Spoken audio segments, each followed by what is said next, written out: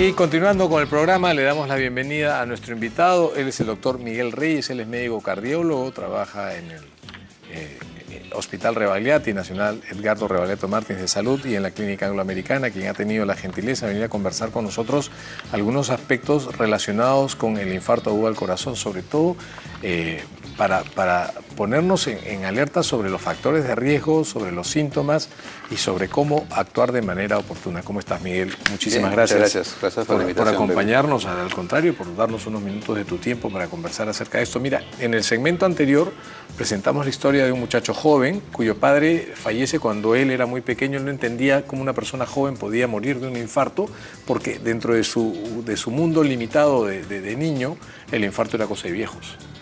Y siempre vivió con ese fantasma de que a él también le puede pasar tempranamente y no quisiera pues dejar en la orfandad a sus hijos, de la manera en la que él se quedó. Y tiene pues una cultura de autocuidado bastante buena, pero no lo suficientemente buena para que él duerma tranquilo. Ya consultó donde un cardiólogo, le explicó muy bien qué cosa tenía que modificar, pero al final es un chico bastante sano. ¿Qué hubiese pasado si este joven no hubiese hecho caso a estos factores de riesgo? Pasan 20 años quizás, tiene 45 ahora, es gordo, no se cuida, tiene un estrés importante y de pronto tiene un dolor de pecho que le molesta tanto como para ir a una emergencia, ya ni siquiera sacar cita con el doctor Reyes. Y llega a la emergencia, afortunadamente su dolor de pecho no es un infarto agudo de miocardio, pero ya le dicen, mira, con lo que tienes es un aviso. Y va al cardiólogo y se sienta frente al doctor Miguel Reyes y le dice, A, B, C, 1 más 1, 2 más 1, 3, tú tienes esto, vamos a hacerte tales pruebas, y efectivamente pues tiene pues un compromiso importante de las coronarias. ¿Qué cosa es el infarto agudo de miocardio? ¿Hay estadios previos, hay estadios, grados de severidad? Bueno, sí, el infarto, para definirlo como tal, es una lesión que nos lleva a un pedazo de muerte de un área del corazón, ¿no? O sea, se muere un pedacito del corazón, para decirlo más claramente. Y eso debido a una obstrucción de una arteria, ¿no? Se tapa una arteria con un proceso que lleva años en realidad y que al final del momento crucial un trombito, un coagulito, termina de tapar las pequeñas arterias del corazón, ¿no? Entonces eso finalmente es lo que lleva a producir el dolor intenso y que al paciente lo lleva a la emergencia. Pero este señor que tiene factores de riesgo, sobre todo genético, ¿no? Tiene que cuidar siempre su salud. Y hay que prevenir ahí. Yo siempre repito que hay 5 factores de riesgo importantes, ¿no? ¿Cuáles son, por favor? El genético, que ya hemos mencionado, que bien lo tiene este joven. Lo hereda y eso no hay forma de cambiarlo porque ya viene con nosotros. La hipertensión, hay que prevenir hipertensión haciendo dieta, ejercicio, bajando la sal de los alimentos. La diabetes, que hay que cuidarla muy bien, yendo siempre a un control periódico de glucosa, azúcar en la sangre. El tabaquismo, por nada hay que fumar. Yo siempre digo, ¿para qué fuma? No tiene sentido, quema su plata, quema su vida, ¿no? Y finalmente el colesterol elevado, ¿no? Que muchas personas a veces lo menosprecian. Tengo 201, 210, no es mucho, doctor, hago dieta y me pasa. La realidad es que esos pacientes se les pasa el tiempo, meses, años, y nunca hacen un control adecuado del colesterol, y entonces terminan teniendo a veces solamente ese factor de riesgo y infartándose en el camino, ¿no? Ahora, en el caso de este joven cuyo papá falleció de chico y él pues en el primer momento se quiso cuidar y creo que lo estaba haciendo bastante bien, ¿qué probabilidades podría tener, a pesar de que ha tomado en cuenta todos los factores de riesgo modificables y los tiene bajo control, de hacer un infarto? Por el hecho de tener un padre con infarto. Pues muy alta, la genética. A pesar de haber controlado su factor de riesgo. Sí, es un factor muy determinante, ¿no? Uno tiene que ser mucho más intenso en la prevención. Normalmente uno recomienda a los varones por arriba de los 40 y a las mujeres por arriba de los 50 ir a un chequeo cardiovascular preventivo. Pero en estas personas cuyo padre ha tenido un infarto a edad temprana, supongamos 40, 45 años. El papá de Luis Marcos tenía 43 años y se murió de un infarto. Perfecto, entonces es muy frecuente que los hijos varones sobre todo, tengan la enfermedad a mucho más temprana edad. Se prevé como una década antes ellos podrían tener ya obstrucciones coronarias que lo puedan llevar a sufrir un infarto. O sea, creo que en el primer caso nuestro joven hizo las cosas bien. Se ha cuidado y ha ido a buscar una supervisión, un chequeo preventivo. Está bien. Así es. El problema sería el segundo caso, que haya desatendido todo esto y haya vivido la vida loca y ya está empezando a tener síntomas. Y es probable que incluso antes de los 30 pueda tener síntomas, ¿no? Pues si tiene genética y tiene factores de riesgo que surgieron prematuramente antes de lo esperado, entonces es más Digamos probable que debute con un infarto. Diosito fue misericordioso y le dijo, mira, te voy a empezar a dar problemas a los 40, pero ya tienes que cuidarte, hermano, porque si no, ya no te voy a poder ayudar. Entonces, hace dolor de pecho, no fue un infarto, pero ya fue un aviso. Claro. ¿Qué características, qué síntomas te da, qué características tiene el evento agudo, el infarto agudo? Bueno, el signo más importante de todos es la opresión del pecho, ¿no? El paciente característicamente tiene una opresión intensa que uno la mira en el pecho y no encuentra un punto donde se localiza el dolor, sino que es un dolor difuso, que muchas veces se va hacia la cara anterior del cuello, otras veces llega hacia la mandíbula, que simula muchas veces un dolor de muela, a veces solamente es dolor de mandíbula, otras veces es típico una opresión, pero a nivel del epigastrio, de la zona de la boca, del estómago. Es típico esto, sobre todo en personas que han ido de repente un sábado a comer un ceviche, a comer una comida abundante, con algunos tragos, y llegan siempre a la emergencia diciendo tengo una digestión, me ha quedado pesada la comida, ¿no? Y si el colega de emergencia no ha tenido la luz prendida y no le ha tomado un electro, se nos pasó el diagnóstico de infarto. Es muy frecuente entonces eso, medir y tomar un electro para ver que no haya un infarto, sobre todo es de la zona inferior del corazón, por eso es que semeja mucho, ¿no? El electrocardiograma ayuda muchísimo, es cierto, pero no siempre da cambios, ¿no, Miguel? Correcto, no siempre da cambios, pero el electro es el síntoma cardinal. Cuando uno hace un screening para ver infarto, uno busca tres cosas que nos den el diagnóstico de infarto: el dolor característico, opresivo, los cambios en el electrocardiograma y los laboratorios, es decir, pedimos unos marcadores en sangre que los llamamos enzimas cardíacas, básicamente, y el más importante de todos se llama troponina. Entonces hacemos el dosaje de troponina y miramos si está elevado. De los tres, los que tenemos inmediatamente es una buena historia clínica que nos diga las características del dolor. El segundo es el electro, que se debe tomar rápidamente al llegar a la emergencia, idealmente en los primeros 10 minutos. Y el tercero demora un poco, por lo menos 30 minutos, y tenemos test rápidos o hasta una hora si es que hay que ir al laboratorio a procesarlos por los medios habituales. ¿Cómo no? ¿Cómo no? Entonces, teniendo dos de los tres signos que hemos mencionado, tenemos diagnóstico de infarto. Correcto. Y hay que iniciar prontamente el tratamiento. En el caso clínico del día de hoy, en este segundo momento, este joven, que ya no es tan joven, llega con un dolor de pecho. No es necesariamente de tipo opresión como lo has descrito, pero el doctor, bastante bien pensado, pensó mal y desconfió, dijo, a ver, cuéntame tu historia. Le toma el electro, estaba normal, le toma troponinas, estaban normales, pero igual le dice, mira, sabes que tu presión está un poquito alta con todos estos factores de riesgo y como estás viviendo, mejor es que te hagas ver, porque de lo contrario va a ser. Ese paciente llega con esta historia. ¿Qué pruebas le haces para, dices, ok, ya no tuviste infarto, pero quiero saber cómo está tu corazón ahorita y cuánto riesgo tienes de hacer un infarto mañana o pasado? Correcto. Descartado en emergencia el tema del infarto, el paciente, como bien has dicho, pasa a la consulta. Y en la consulta uno tiene que valorar quizás un nuevo electrocardiograma, porque de repente en el tiempo sí aparecieron cambios. Y luego mirar, una vez que estemos seguros de que no hay un evento agudo del corazón, mirar pruebas que nos provoquen isquemia. Fundamentalmente una prueba de esfuerzo para valorar en determinada carga de ejercicio si es que este paciente va a desarrollar alguna alteración del electrocardiograma que nos pueda demostrar que algo pasa con sus coronarias, ¿no? El otro estudio que nos puede ayudar mucho son un ecocardiograma, una ecografía del corazón, para mirar tamaño del corazón, fuerza de contracción y si es que hay alguna zona del corazón que no se contraen adecuadamente.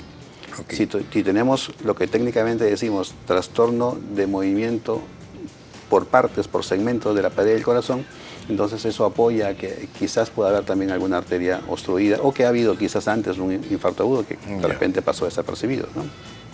Entonces todo eso nos va llevando a estratificar riesgo, ¿no? Si alguna prueba sale positiva, vamos aumentando la intensidad de los estudios.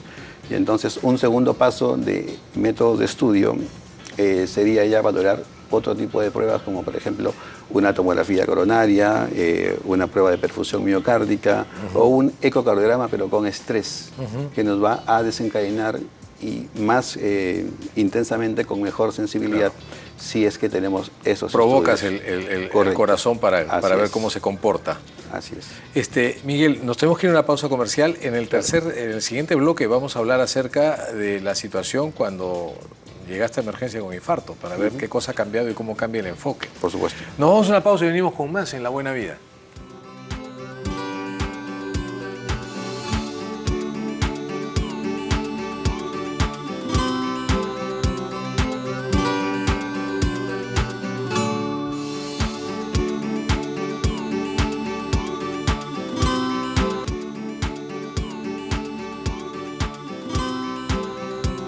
Estamos con el doctor Miguel Reyes, médico cardiólogo, hablando sobre infarto agudo de miocardio.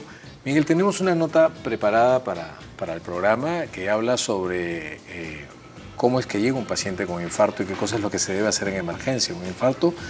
Vamos a verla para seguir conversando acerca de esto. Por supuesto. Adelante con la nota, por favor. Un paciente cardíaco o con síntomas cardíacos llega habitualmente a emergencia refiriendo dolor en el pecho, en la parte central, tipo opresivo, asociado a veces a sudoración, puede tener mareos, puede tener náuseas, sensación de que se va a desmayar y bueno, pide auxilio, generalmente viene solo o lo trae una ambulancia, ¿no? O los familiares. El protocolo de atención de todo paciente con síntomas cardíacos y sospecha de un síndrome coronario agudo o de un infarto es que el paciente pasa directo al trauma shock de la emergencia, inmediatamente se le toman funciones vitales, en menos de 10 minutos se tiene que hacer un electrocardiograma de 12 derivaciones para definir si es que evidentemente el dolor que refiere el paciente se debe a un infarto o a la falta de irrigación a nivel del corazón. Se le administra oxígeno, se calma el dolor y posteriormente se hace la consulta a cardiología, ¿no? Normalmente el dolor del infarto es un dolor central, opresivo, lo manifiestan los pacientes con sensación de muerte, irradiado a veces al cuello, con síntomas vegetativos, o sea, sudoración, náuseas. Muchas veces tenemos dolores tipo hincada o dolores tipo quemazón, que no necesariamente significan que hay un infarto, sino que pueden ser dolores musculares o dolores de otro tipo. Pero siempre que tengamos un dolor de mucha intensidad, que no cede, que es persistente, que dura por lo menos 20 minutos y que está acompañado de otra sintomatología como mareos, palpitaciones, sudoración, es mejor acudir a una emergencia y no esperar en casa a ver qué pasa, ¿no? Muchísimas gracias a la doctora Susi Gutiérrez de la Clínica Angloamericana por explicarnos esto. Miguel, supongamos que pasó el tiempo, no se cuidó, salió de la emergencia la vez anterior, no fue donde el cardiólogo y esta vez regresa con los pies para adelante con un infarto cantado. En emergencia le hacen el diagnóstico, llaman al cardiólogo, el cardiólogo llega a emergencia, corrobora que tiene un infarto, que ya están dando las primeras atenciones. ¿Qué viene después en la vida de este paciente? ¿Cuál es el manejo del infarto? Correcto, sí, justo iba a decir un poco eso, ¿no? El tema una vez hecho el diagnóstico de infarto, tenemos que entender que el infarto ocurre porque se tapó una arteria, ¿no? Y quiero precisar aquí que las arterias del corazón son arterias muy pequeñas, arterias que tienen más o menos 3 o 4 milímetros de diámetro, son muy pequeñitas comparadas a la aorta que tienen 25 milímetros a 30 milímetros de grosor, ¿no? Una tubería de media, siempre digo Correcto. yo al respecto, pero las coronarias son apenas muy pequeñitas que con un minúsculo coagulito se tapan. Y lo que justamente ocurre al final del evento de formación de plaquitas de colesterol en las arterias es que la plaquita esta se rompe y al romperse es que forma el coagulito por cualquier situación de estrés que genere esta molestia en el paciente. ¿Qué hacemos ante eso? El paciente llega y ya tiene el diagnóstico, el electro es clarísimo de un infarto y hay dos tipos de infartos, ¿no? Los infartos que tienen características de electrocardiograma de una parte de él que se llama el segmento ST. Cuando este segmento ST está elevado, la indicación es abrir la arteria inmediatamente porque se supone tapada al 100%. Entonces, hay dos métodos para abrir la arteria. Un método usando medicamentos que rompen el coagulito y uno puede desobstruir la arteria. Y otro método que es el método mecánico, haciendo un cateterismo al corazón del paciente, ubicando la arteria que está obstruida y a través de unos catéteres más especializados pasarlos a través de la arteria obstruida y nuevamente romper el coagulito, pero mecánicamente, y luego hacer un tratamiento que se llama angioplastía. La angioplastía consiste en terminar de recanalizar, de abrir la arteria que estaba tapada y permitir que la sangre que no estaba circulando adecuadamente vuelva a fluir hacia la zona distal de la arteria, ¿no? ¿Y eso debe hacerse prontamente? Lo más rápido posible. Un viejo dicho en cardiología dice: tiempo es músculo. Si yo me demoro más tiempo, pierdo más músculo cardíaco, hago más daño a mi corazón y mi corazón va a quedar con secuela mayor, la que tú mismo mencionabas, que es la insuficiencia cardíaca, ¿no? Entonces hay tiempos. Cuando uno va a empezar un tratamiento con medicamentos, el tiempo máximo de inicio del medicamento es 30 minutos desde que el paciente entra por la puerta de emergencia, ¿no? Y eso está en función al cambio en el electrocardiograma. Si esa porción que se llama segmento ST está elevada, y si no estuviese así... Si no estuviese así, básicamente el tratamiento de los infartos son con anticoagulantes y otros medicamentos que se llaman antiagregantes plaquetarios. Para las personas que nos están escuchando, probablemente es bueno mencionarlo como que todos son anticoagulantes, que tienen diferencias, pero quizás es más fácil que lo entiendan así, como anticoagulantes todos. Y la idea es disolver ese coagulito que se formó, que en estos casos probablemente no estén tapando toda la arteria al 100%, exista un pequeño flujo, pero no suficiente, de tal manera que la persona siente la falta de irrigación con esta molestia del centro del pecho, ¿no? ¿De qué depende el pronóstico de este paciente? De la rapidez con que se actúa en realidad. Si el paciente ya llegó con infarto a la emergencia, el paciente va a tener menos riesgo de enfermarse más o de morir si es que uno lo atiende más rápido. Más prontamente. Claro, abrir más rápido la arteria, ya sea con medicamentos o con cateterismo y hacer angioplastía, es lo que mejor va a hacer que el paciente tenga una mejor sobrevivencia después del infarto, ¿no? ¿Cuándo recurres al famoso bypass coronario, la cirugía abierta en donde tienes que agarrar y utilizar puentes de arterias de otros pedazos y trasplantarlas a las arterias coronarias? Cuando uno tiene un infarto al miocardio, ya sea de los tipos que hemos mencionado, cualquiera de ellos, uno tiene que ir siempre después a un estudio que es el cateterismo cardíaco para hacer la coronariografía, que es el dibujo de las arterias con sustancia de contraste y que uno va mirando dónde están las obstrucciones. Entonces, uno puede tener, siempre digo yo, 4 posibles resultados. Que no tengamos mayor alteración realmente y entonces el paciente queda solamente con pastillas, digamos así. Otro, que tengas 1 o 2 lesiones, que podamos abrirlas por la angioplastía, solamente cateterismo y angioplastía.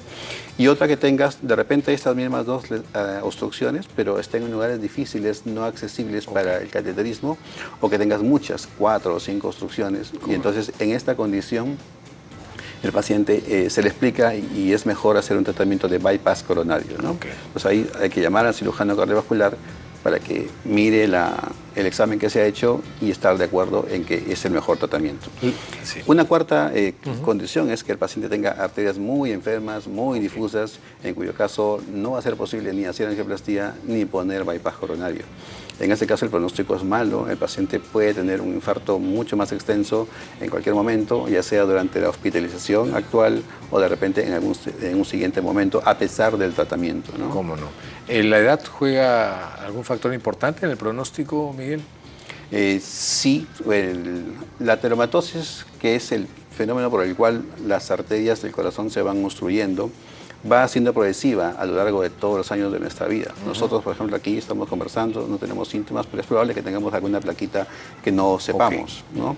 Entonces, en el tiempo, la presencia de obstrucciones coronarias va haciendo que con los años se abran algunas arterias que no estaban funcionando, pero que se van abriendo y van ayudando a la circulación.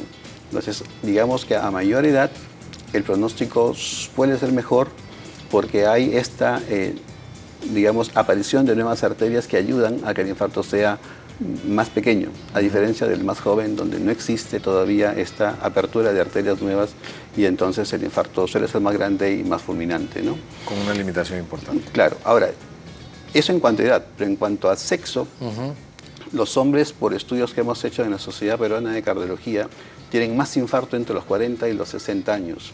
Y llamativamente, las mujeres que tienen cierta mejor sobrevida que los hombres empiezan a tener más infartos entre los 60 y 80 años, ¿no? Eso es porque obviamente las mujeres están protegidas por los estrógenos hasta cierta etapa de la vida. ¿Cómo no? Ahora, ¿cómo estamos en el Perú en otras cifras de incidencia o factores de riesgo? ¿Qué es lo que más les preocupa a ustedes los cardiólogos a futuro?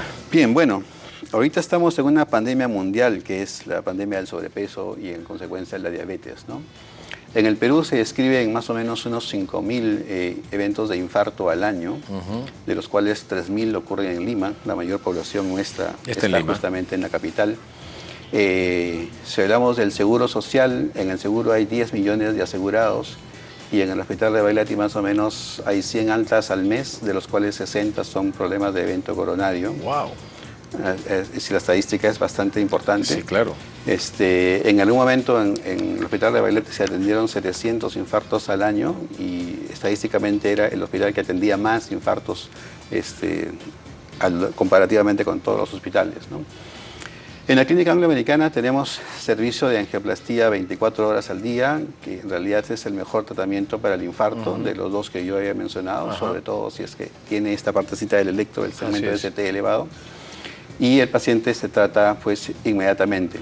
Y de los estudios que hemos hecho más o menos en la clínica se tiene un promedio de 100 infartos al año, ¿no? Al año. Tampoco que es lo que cuentan las estadísticas. Sí. Tampoco es poco. Miguel, quiero agradecerte. Gracias por darnos tu tiempo, por venir al programa a contarnos de cerca qué cosa es el infarto y cuáles son los puntos a los que la población en general debe prestarle atención para modificar estos estilos de vida. Correcto. Gracias. Ha sido el doctor Miguel Reyes, médico cardiólogo, hablando sobre infarto agudo de miocardio. El programa se tuvo que acabar. Lávense las manos, abran las ventanas, síganos por Facebook. Nos vemos en el próximo programa. Chau, chau.